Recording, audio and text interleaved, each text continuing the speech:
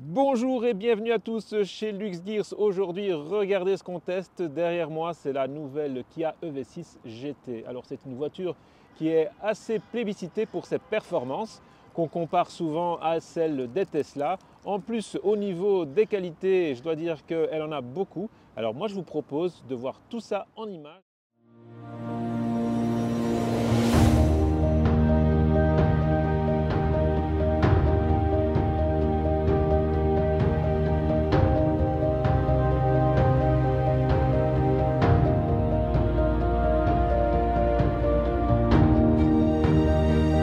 Cette Kia EV6 GT, elle a vraiment un look particulier, comme vous voyez, hein.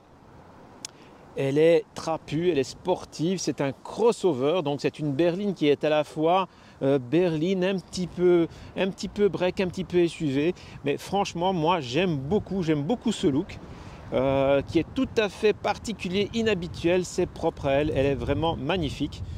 Alors, nous voilà partis sur l'essai de cette Kia EV6 GT. Alors déjà pour commencer, comme à mon habitude, je vais parler de position de conduite.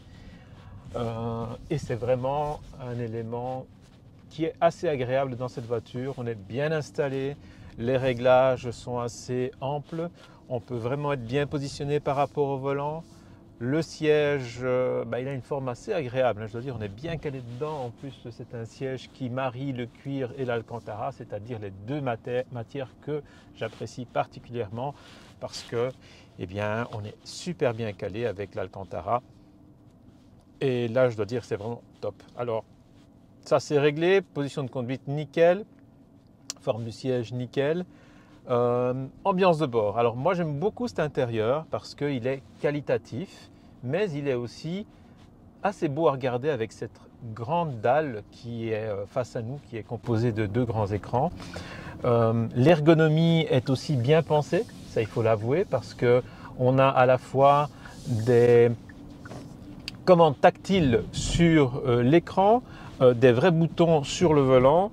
Et aussi, on a quelques boutons ici sur la console centrale et au pied de l'écran central, ce sont plutôt des commandes tactiles qui sont commutables. Donc, je dois dire, c'est bien pensé. Je dois avouer que pour le coup, Kia a vraiment bien fait les choses.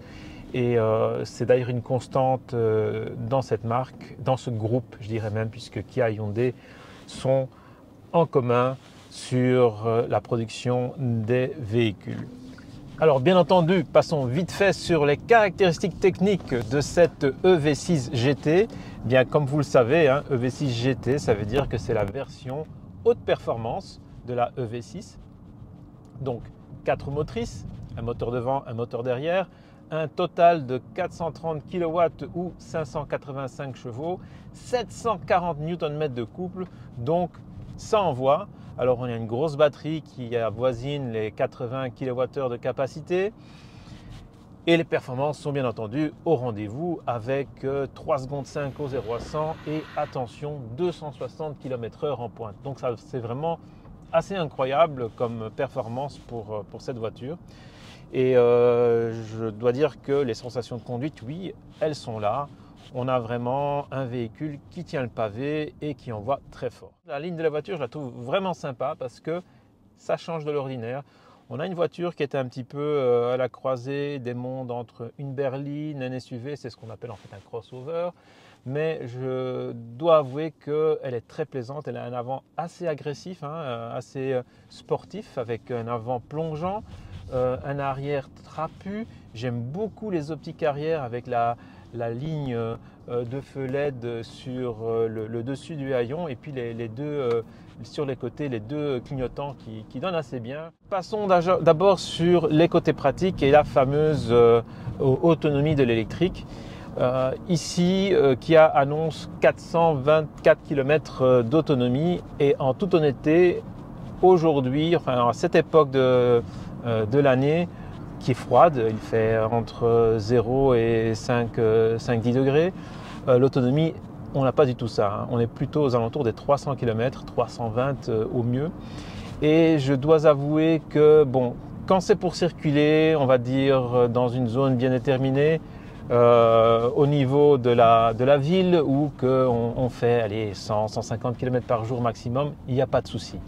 Par contre, si on se met à voyager, comme ça a été mon cas, donc j'ai fait un aller-retour Bruxelles donc Luxembourg-Bruxelles sur une journée, bien c'est pas évident hein, parce que je dois recharger et ça a été un petit peu la croix et la bannière pour trouver des chargeurs rapides. Et là je fais vite un petit aparté sur la recharge rapide qui est supposé être le point fort de cette voiture.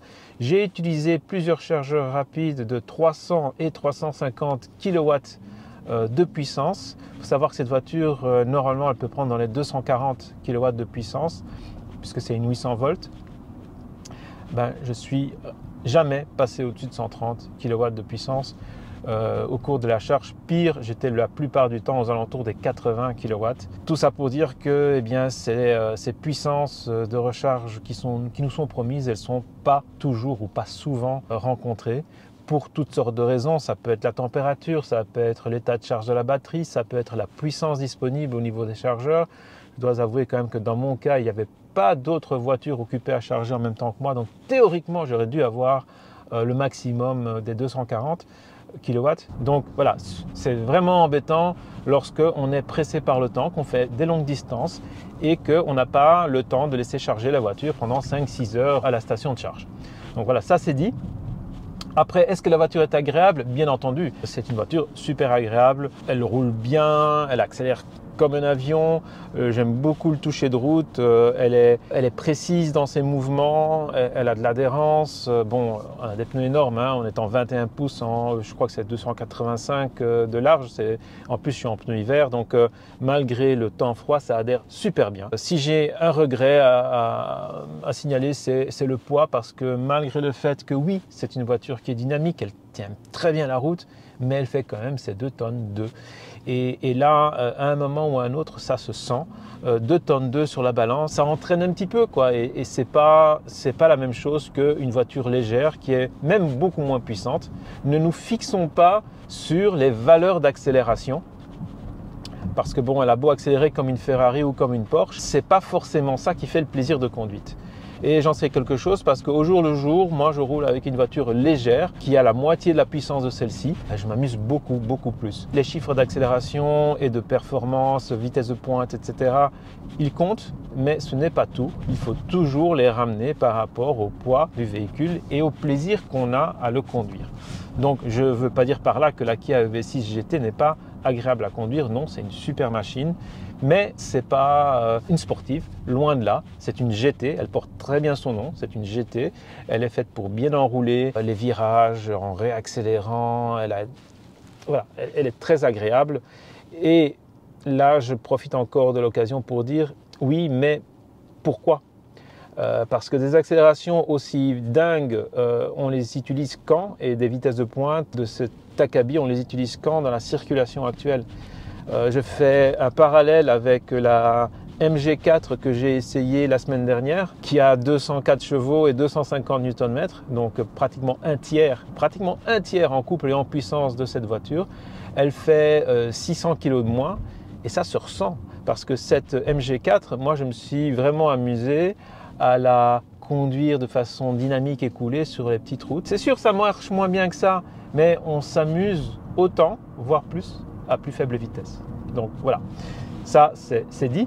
Alors maintenant, je vais passer sur un point qui m'a un petit peu choqué sur cette voiture, qui concerne la sécurité et les aides à la conduite.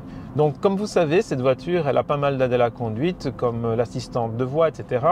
Et elle a une fonction qui permet de changer de voie sur autoroute à haute vitesse en enclenchant le clignotant et la voiture bouge d'elle-même.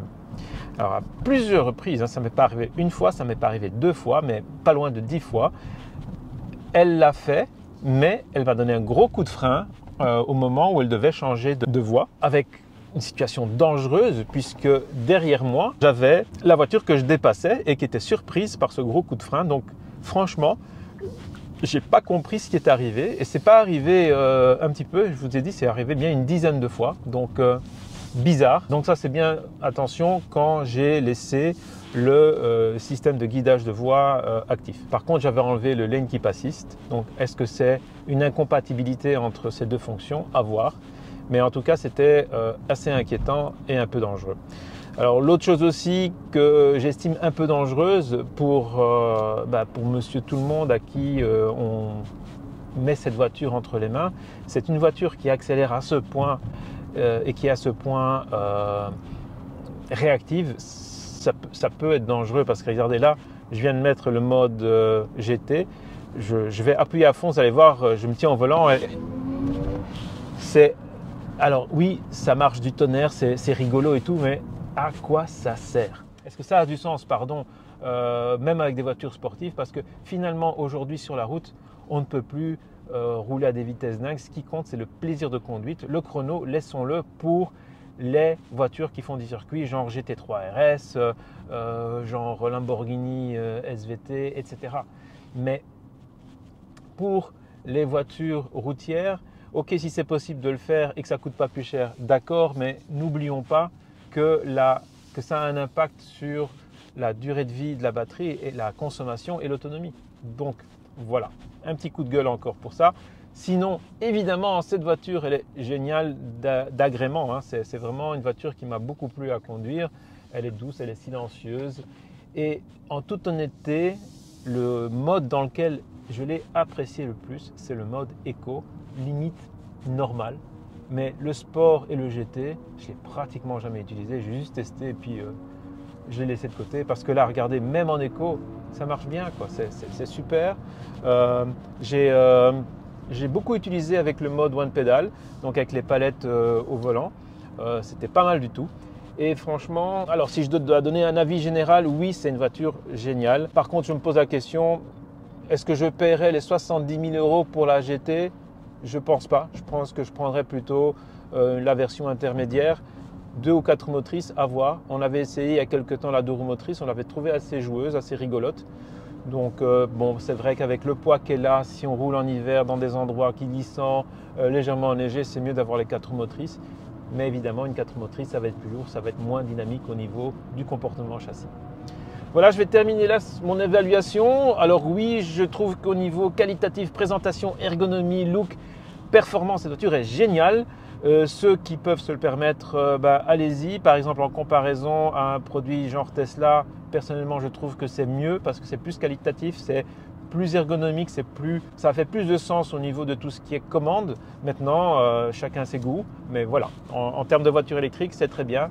Mais comme j'ai dit, moi je préfère les voitures un peu plus légères, un peu plus fines à piloter, mais chacun ses goûts. Sur ce, les amis, je vous dis à la prochaine. Et puis n'oubliez pas les likes, les dislikes, les commentaires et les abonnements. Allez, ciao, à bientôt.